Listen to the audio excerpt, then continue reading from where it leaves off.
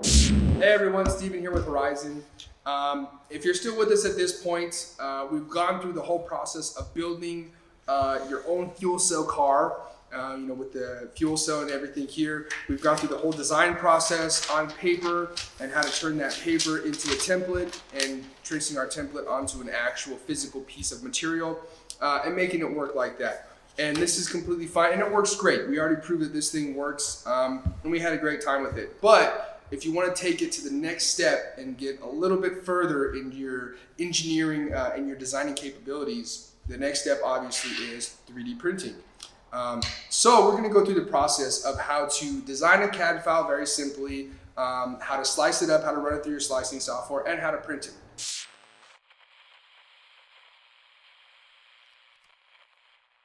I recommend using whatever free CAD software you can get. Google SketchUp is good. Tinkercad's pretty good. You can use Fusion 360, which is what I'm using today. I'm going to be demonstrating with Fusion 360. If you have an education license or a .edu email, you can get it for free through them. So highly recommended. Fusion's pretty good. SolidWorks is also pretty good. I've used that as well. So let's just jump right into it. So as you can see here on our screen, I'm going to sketch. To start with a rectangle, and we're going to do the exact same thing that we did when we actually designed this out on paper. I'm going to start with 1 point, and I'm going to move up. Now from here, we want 150 millimeters. I'm working in millimeters. And we hit tab, it goes to the next one, we'll hit 80. So we started with the same block as we did before, 150 millimeters by 80 millimeters. Pretty standard way to start.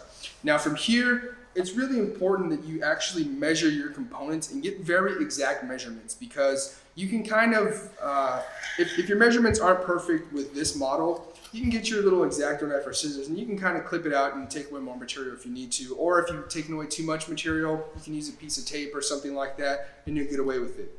Not so much in the CAD. In the CAD, when you're actually designing this, you want to design it in such a way that everything works the first time, because if you don't, you wasted, this took about 2 hours to print this chassis and the wheels. So that's 2 hours wasted plus material if nothing fits right. So make sure you get your measurements right. I highly recommend taking each component that you need to design a mount for and actually getting a really good, some kind of either a veneer caliper, a dial caliper, a digital caliper, something like that, and get some really good measurements on there. It'll save you a lot of time in the future.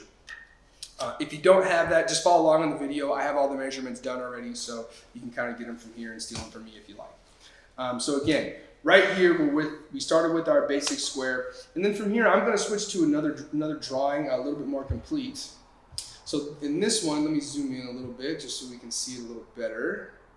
Try to get all of our dimensions in here. This one's a little further along, and you can see here I've put in the mounting area for our check valve. I've put in the mount for our gearbox. Now we're gonna do the mount for the actual fuel cell. So same thing. I'm gonna go into sketch. I'm going to make a rectangle. This time I'm going to use a slightly different rectangle. I'm going to use a center rectangle, and I'll start right here at the center of the drawing. And we're just going to kind of move outward. So the first dimension that it's giving us is our horizontal dimension. That needs to be 17 millimeters. 17 millimeters. So then I'm going to hit tab. And our next dimension is going to be 52 millimeters. So 17 by 52 is right about what we want. Now from here, I also need to sketch another circle. So what I did is, if you can see this dotted line here going through the middle, I created a construction line when I first started this. And the way you do that, if you make a line, left click it, you can go down here to normal or construction. I can turn that into a construction line, or I can take that same line, click it again, hit it again, and it turns back into a normal line. And these are just lines to kind of help me base my measurements off of. You don't need them, but they do help. So I'm going to click out of those. So I want to click on this circle here. So I'm going to go back into our sketch menu, and I want to hit mirror. So we already have the object we want to mirror highlighted. So I'm going to go to mirror line, and I just want to hit this construction line that we created. And you can see that it already kind of switches that over. So I just hit enter, and your other mount is created. I'll delete our construction line there, and I'll delete the center construction line also, so we don't really need it. Now the next step, I've already designed one wheel. This is a front wheel here. I'm going to design rear wheels, right? And there's two ways to do it. You can use the hotkeys, which in this case, if I want to make a circle, you hit C, pick a point. I want to do 40 millimeters, so you type in 40. And then I'm going to pull the dimension off to the side a little bit, just so I have room. I'm going to hit, this time we'll do it the other way. I'm going to sketch, hit circle. I want to go from center diameter. I'm going to get right in the middle. And we want to make the hole big enough for the rear axle to fit through. And I know by experience, about 2.75 millimeters will get you right about where you want to be. Again, this might take a little bit of modification, but it's okay. You can always just modify it with your X-Acto knife or a screwdriver or something, and it's fine. But if you want to get really exact measurements, again, pull out your dial caliper or your vernier calipers or whatever you have. Measure this axle right here, and I'm going to physically take this off all the way. I like to measure right about here. You can measure here as well, but I like to measure here because this is a little bit smaller than this part. So measure right about here, and then when you actually put your wheel on, there's slight interference, and it should fit on there nicely. So about 2.75 millimeters should get you there. Now from here, we need 4 wheels. Okay, so we only have 2. So I'm going to go through a quick way of just copying these wheels. So if you drag from left to right, you double click and drag from left to right, or you can just hold down on your mouse. Okay, those are highlighted. I'm going to left click on one of them. I want to hit move copy. We're going to go to create copy here in the dialog box, and I'm just going to drag over. So correction, you want to right click that, not left click.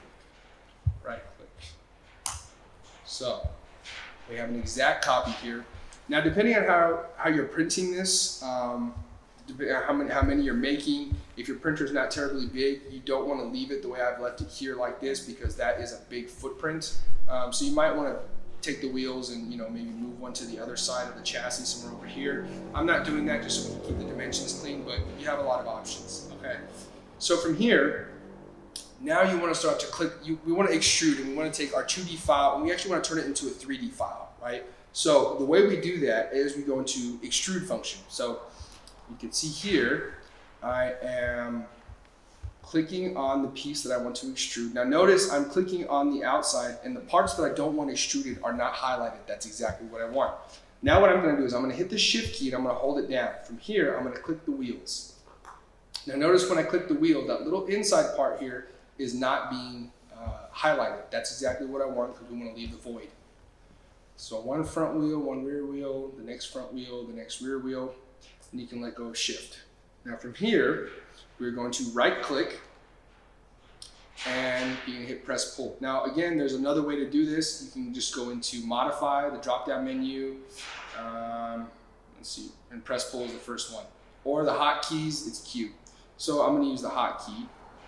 We'll escape that. I'm going to hit Q, and it takes me straight into the function that I want, which is extrude. Now, from here, I'm going to slightly move this off so you can see it from a 3D angle. And I'm going to just grab this, and I'm going to pull it. And you can pull it as big as you want, or you can, however, it doesn't matter which way you go, it's still going to work. But now notice when this part's highlighted here, it's at -10. I'm going to put it at -5. And the reason it's negative is because it's going back from the original place you started. It doesn't matter, you can go negative or positive, it's going to be the same idea. So from here, now you can see we have a 3D file. So I'm going to switch slightly into a different file that I've already created. And this I'm going to go back just so we can keep the dimensions here. Keep it nice and straight. If you want, maybe take a screenshot of this, or pause it here and take some of these dimensions. This will help you out a lot.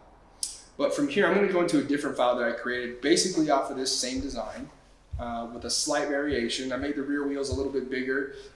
This is more of an experimentation. We'll print this one and see how it works out. But from here, what you want to do is now you want to save this as a .stl file. Now, if you're using Fusion, that can be kind of tricky. Some of the other CAD software, it's a lot easier to do, but there's a pretty good trick for doing it in Fusion, so I'll show you guys that. As you can see here, I'm going to go into document settings, I'm going to right click that, and notice that if I go down here, it says save as STL. So let's click on that. It's going to save as an STL. I'm going to hit OK.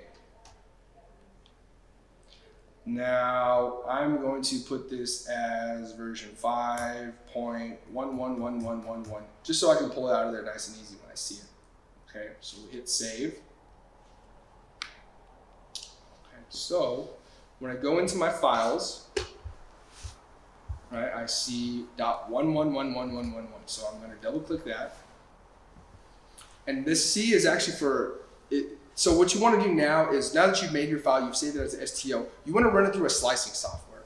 This slicing software is going to take your 3D file and it's going to cut it up into layers. It's going to slice it into layers in such a way that you can actually print it. Because when you print, it prints one layer at a time. So if you imagine a stack of pancakes, right? You have 10 pancakes, each of them are a flat disk, right? It's going to print each of those pancakes as a layer at a time. Right? So that's kind of how it slices it up and does it. So, and it turns it into what's called G-code. G-code is physically, if you imagine my arm as the extruder, it is the X, Y, and Z coordinates, right? So it's giving you all these measurements, all these dimensions, so that the machine can do this and print it properly for you. So I have it here in Cura. It's already set to go. It's ready to save as a file, so I'm going to save it. Okay, and we have it already saved there, and as you can see right here, it's going to save as a G-code file now. So we have a G-code file, which is exactly what we want. I am not going to save this in my Thingiverse stuff. I'm going to save it under here, and we will save. So then from here, you basically just take that file, you put it onto a zip drive or an SD card or something like that, and you take it to your printer. You can actually tether physically to your printer. I don't like to do that because I only have one computer and I don't want to just dedicate that to the printer. So I save it as in a zip drive. Whatever works for you, make it work. So from here, let's go to an Earthbound workshop and let's print this out and let's see how it works. You ready? Let's go. All right, so we're here in the workshop. As you can see, we're Earthbound and we have the file already printing for us. Now, I'm printing this on a raft. It's a different type of adhesion process. You do use a little bit extra material, but the print quality in the end comes out a little bit better. So for the style of printing I'm using a raft. But we're printing in PLA, which is a really awesome material, very flexible. You can do a lot of different stuff with it as far as different types of prints. And I'm printing at about a 25% infill, in case you're curious. So from here, I think we're good to go. Let's check in back on the progress later. See you back in the ship.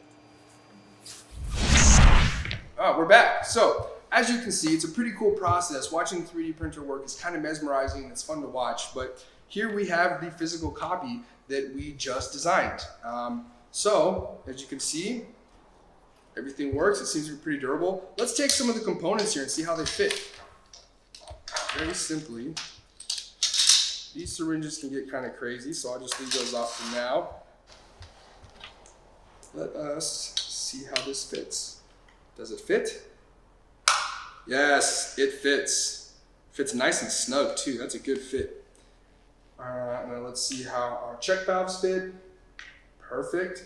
And last but not least, let's see how our gearbox fits. Now, the way I've designed this, I want it to snap in nicely, but I also kind of have it as a slightly interference fit. So I will tuck the axle underneath the chassis, like so. Now, that works pretty good. So I would say at this point, you've successfully designed your CAD file, you successfully sliced it up with your slicing software, and you found a way to print it. So from here, let's make your own, let's go design some stuff, and let's see what we can come up with, guys. Thanks a lot. We'll see you next time. Bye.